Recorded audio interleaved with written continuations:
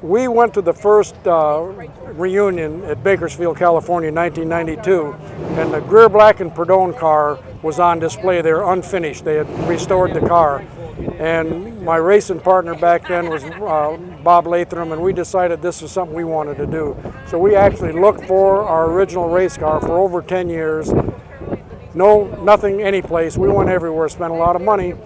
And we decided we'd get the original manufacturer to build another one for us. So we did that, and it took about 3 years. Some of the people had died, and I got the best in the business to finish it. And I told my wife, when I write the last check, that we'll find the original car. And within 6 months of writing that check, I get a call on the telephone from somebody in Washington State. He said, "Your car's on the internet." So we traced it down. It was up in Cleveland. In January, we drove up there in a snowstorm to verify it, and it is my car, but he won't sell it. So, but this car is much nicer than the original. The original was a race car. It had some chrome on it, but it didn't have all this poly stuff. This is more work. I'm doing more work on this than I did on the car when I raced it. I think people come out, I get a lot of, "Gee, we're glad you're doing this. Somebody's got to help keep this thing alive." And this is when drag racing was really drag racing. Today it's computer racing. In my day it was cubic inches. Today it's cubic dollars.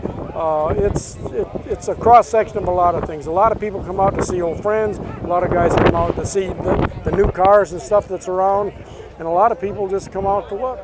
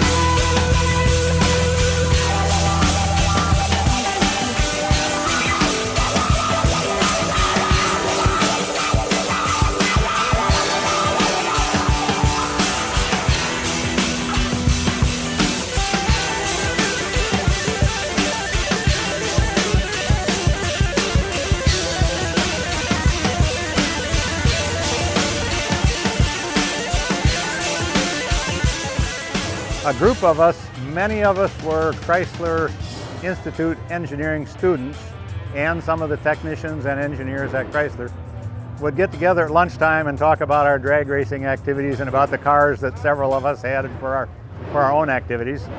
And we wanted to come up with a real supercar that would be built by the club, a group of guys putting all of our talents together. And we wanted to use our engineering talents to make a car that would beat the traditional hot rodder. And we wanted that car to represent Chrysler because we were all Chrysler employees.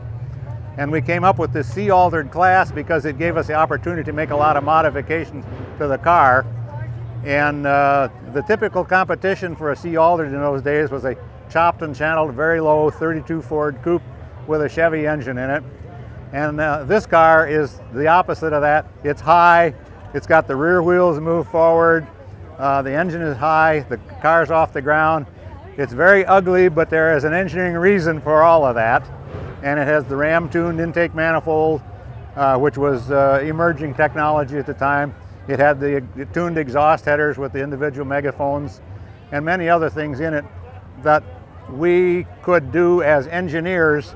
And our idea was to have the car just lift the front wheels off the ground so all the weight was on the rear wheels. And this was, in fact, the first full-bodied car that I know of to do a wheelie. And it just did a wheelie, and that's what our objective was, to get as much traction as possible. And the first time out at the car ran the very first time at the Nationals in 1959.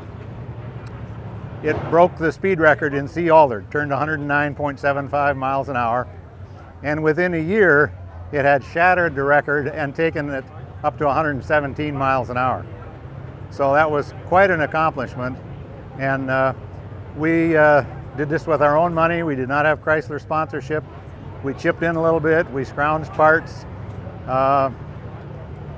and we just did this with our hearts. Oh, it's an awesome event. I'm having a ball. The type of cars that are here and the collection of the type of nostalgic cars is just awesome, you know. Some of my favorites are the Virginian 65 funny car down there, and another one of the funny cars, because I was running in the racing business at that time, and we were making some pretty rapid progress, and those cars took a lot of the cues from this car, which was made 6 or 7 years earlier. And the people that did this were the people at Chrysler, like Tom Hoover and Dick Maxwell and Dale Reeker, that did the funny cars for Chrysler, and this was the model for much of what they did, and they had the same heart and enthusiasm in doing that. But about the show, you know, to see things like the competition coupes across the street and the roadsters and just all of the various vintage type cars, the Willys and the Anglias, the A-gassers, you know, all that kind of stuff. It's really awesome seeing all that stuff here. And then when you hear them running, like in the background, you know, it gets the adrenaline flowing, and if you have any enthusiasm for motorsports, it really sparks a lot, and it pumps you up, and the adrenaline does flow, and it's a thrill. And we fired this one up again just a few minutes ago, and it's ear-shattering, but it's a sound of love, and it's just a part of the good thing. In fact, when we built the original car and ran it at the Nationals the first time, we were having a problem with the electrical system, and I was underneath the car shorting out the starter with a screwdriver to fire it up the first time it blossomed into volume at the Nationals, and that was a real thrill.